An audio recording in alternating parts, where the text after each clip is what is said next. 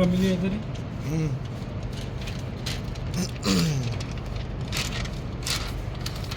ये पूरा चार्ज है ना 10 के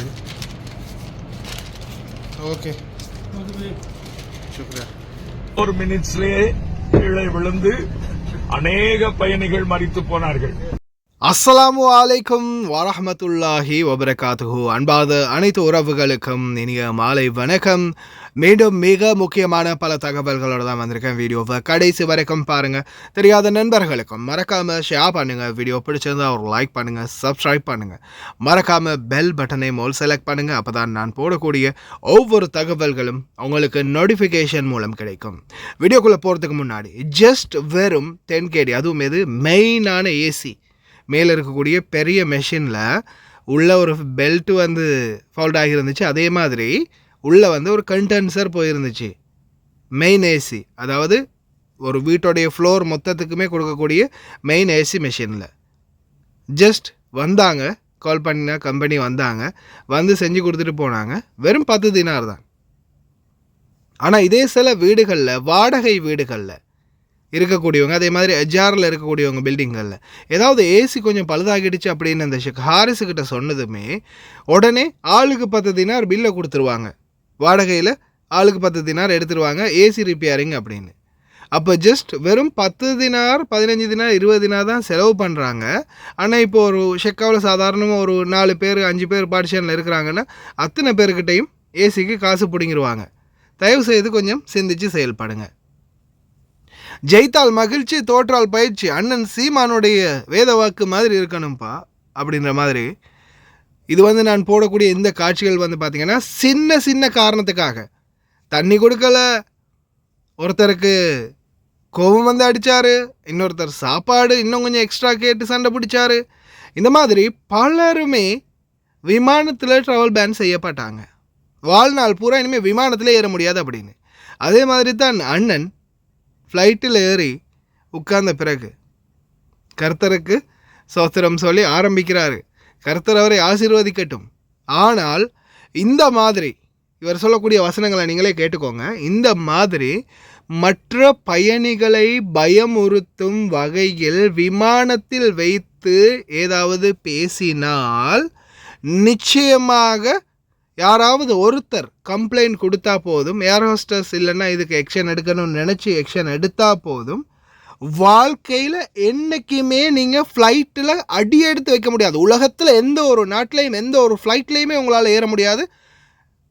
இந்த என்னது சிவில் ஏவியேஷன், இன்டர்நேஷ்னல் சிவில் ஏவியேஷனுக்கு உங்களுடைய டீட்டெயில்ஸ் அனுப்பிடுவாங்க. அதுக்கப்புறம் நீங்கள் வேணால் கள்ள பாஸ்போர்ட்டில் போனால் போய்க்க வேண்டியது தான். அப்படி இல்லையா கடலால் வேணால் போய்க்க வேண்டியது தான். கப்பலில், ஃப்ளைட்டில் எந்த ஒரு ஃப்ளைட்லேயுமே ஏற முடியாத மாதிரி பேன் பண்ணிடுவாங்க.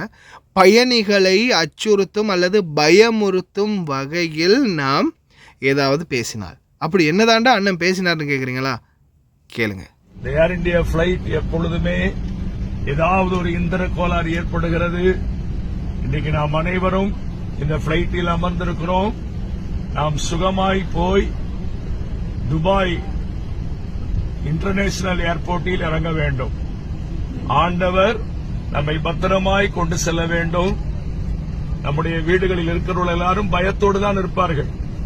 கடந்த நாட்களிலே அந்த அகமதாபாத் பிளைட் டேக்கப் ஆன 4 மினிட்ஸ்லேயே கீழே விழுந்து அநேக பயணிகள் மரித்து போனார்கள். இன்னும் லண்டன், பல தேசங்களிலே. ஆகவே நாம் இந்த விமானத்தை ஆண்டவருடைய கையில் ஒப்புக் கொடுப்போம்.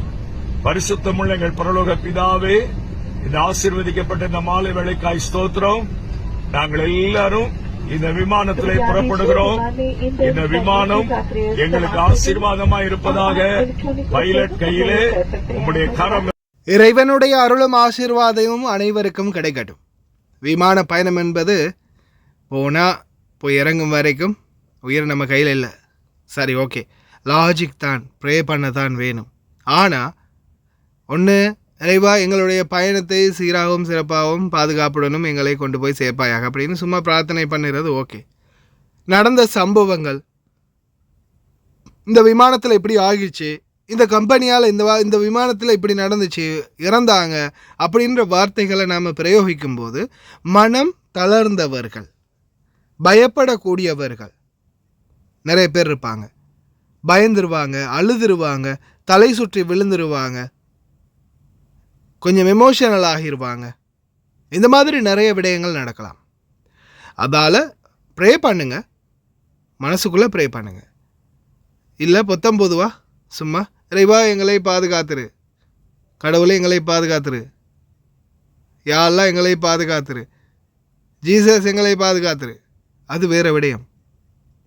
ஆனால் இந்த மாதிரி செத்து போயிட்டாங்களே, அப்படி போயிடுச்சு இப்படி போயிடுச்சு, இந்த நாட்டுக்காரங்க செத்து போனாங்க, அந்த நாட்டுக்காரங்க செத்து போனாங்க, விழுந்துருச்சு வெடிச்சிருச்சு, ஒருத்தர் கூட உயிர் தப்பலை, இந்த மாதிரிலாம் சொன்னீங்கன்னா வாழ்நாள் பூரா ஃப்ளைட்டில் அடியெடுத்தே வைக்க முடியாத மாதிரி பண்ணி விட்டுருவாங்க.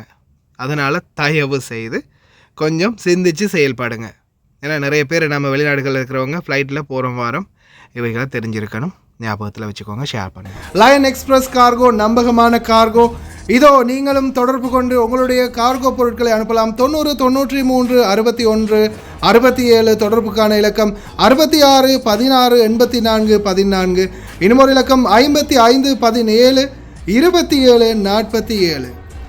அதே போல் இன்னுமொரு இலக்கம் 50 53 79 39. இன்னுமொரு இலக்கம் 99 69 84 94.